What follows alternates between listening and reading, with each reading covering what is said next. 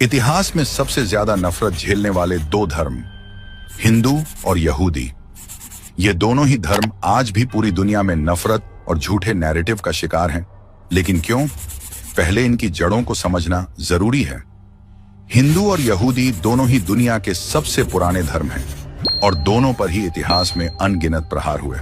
हिंदू धर्म का जन्म सिंधु घाटी में हुआ, जिसे इंडस सिविलाइजेशन भी कहते हैं, और यहूदी धर्म का उदय हुआ यरूशलेम की पवित्र जमीन पर।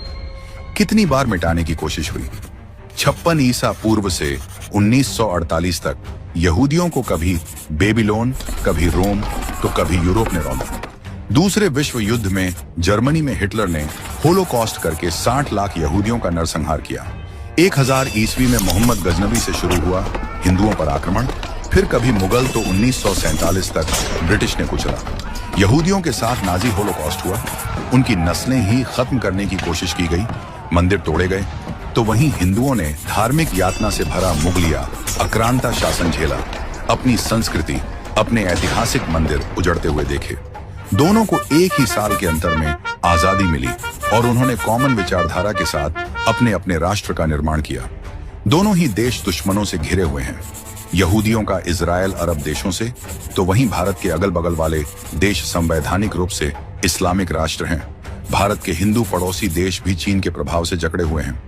इतनी प्रताड़ना झेलने के बाद भी इन दोनों धर्मों को एंटी माइनॉरिटी, एंटी सेक्युलर बताया जाता है, जबकि सच ये है कि दोनों ने कभी दूसरों पर अपना धर्म नहीं थोपा।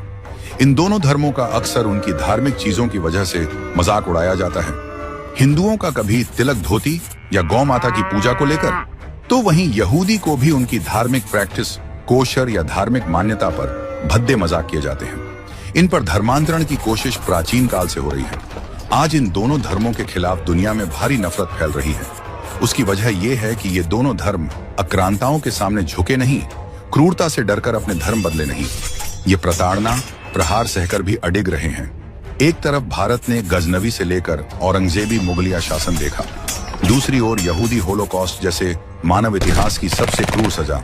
ये सब सहकर यहूदी और हिंदू खत्म नहीं हुए, और कुछ लोगों को यही बात चुभती है कि इनकी मान्यता, इनका धर्म अब भी क्यों बरकरार है, और इसी के कारण यहूदी और हिंदुओं के प्रति नफरत और बढ़ी है।